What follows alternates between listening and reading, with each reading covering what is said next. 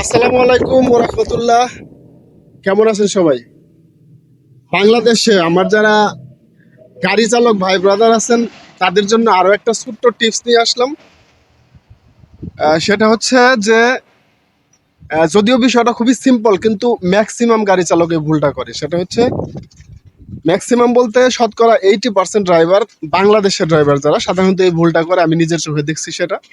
এটা একটা মারাত্মক ভুল, যদিও এটা খুবই সিম্পল মনে করে তারা। সেটা হচ্ছে যদি আপনি কোথাও গাড়ি পার্কিং করে রাখেন, সাধারণত দেখা যায় যে আপনার গাড়ির যে চারটা ডোর আছে, ডোর গ্লাস গুলা যেগুলো আছে এগুলা অটো হয়। দেখা গেছে যে সুইচ দিলে গেটগুলো অটোমেটিক বন্ধ হয়ে একদম কম্প্যাক্ট হয়ে যায়।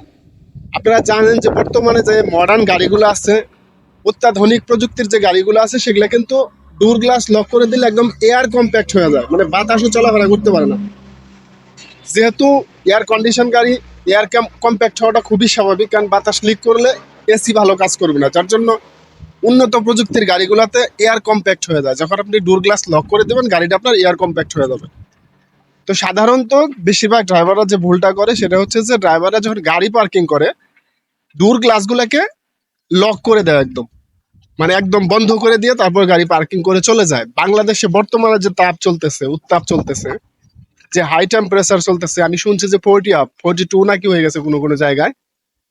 তো গাড়ি চালক ভাই ব্রাদার যারা আছেন তাদেরকে একটা ছোট্ট টিপস দিই, আপনারা কখনোই কোনো অবস্থাতেই এই গাড়ির ডোর গুলাকে লক করে দিয়ে তারপরে গাড়ি পার্কিং করবেন না। সাধারণত গাড়ি পার্কিং করলে তো আপনারা গাড়ি লক করে দেন, কিন্তু গাড়ি লক করার আগে খেয়াল করবেন যে আপনার ডোর গ্লাস গুলা সম্পূর্ণ বন্ধ করা কিনা। কোন অবস্থাতে গাড়ির ডোর গ্লাস গুলো সম্পূর্ণ বন্ধ করবেন না, চেষ্টা করবেন সামান্য একটু ফাঁকা রাখতে।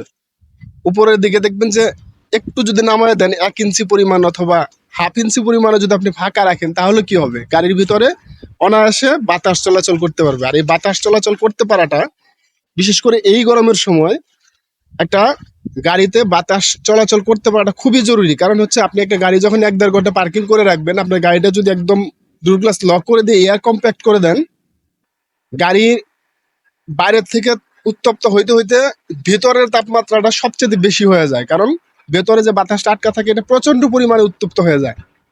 আর এই অবস্থায় অনেক বড় ধরনের দুর্ঘটনা আপনার গাড়িতে ঘটতে পারে। আপনার গাড়িটা যদি যদি অকটেন চালিত হয় অথবা সিএনজি চালিত হয়, যে কোনো সময় গাড়িটা কিন্তু ব্লাস্ট হয়ে অগ্নিকাণ্ড ঘটতে পারে। সুতরাং সাবধান। অনেকে ভাববেন যে এটা তো একটা সিম্পল ব্যাপার, কিন্তু আমি দেখছি যে এই সিম্পল কাজটাই বেশিরভাগ গাড়ি চালক ভুল করে, এই জায়গাটাতে ভুল করে। তো দয়া করে আপনারা এটা করবেন না। এখন বিশেষ করে 2-3 মাস বাংলাদেশে যে গরম থাকবে, যে তাপ থাকবে, এই অবস্থায় কোন অবস্থাতেই গাড়ির ডোর গ্লাসগুলো সম্পূর্ণ বন্ধ করবেন না। অল্প একটু ফাঁকা রেখে এয়ার চলাচলের একটা ব্যবস্থা রাখবেন, যাতে আপনার গাড়িতে বড় ধরনের কোনো দুর্ঘটনা না ঘটে। সবার জন্য শুভকামনা। আল্লাহ হাফেজ, ভালো থাকবেন সবাই।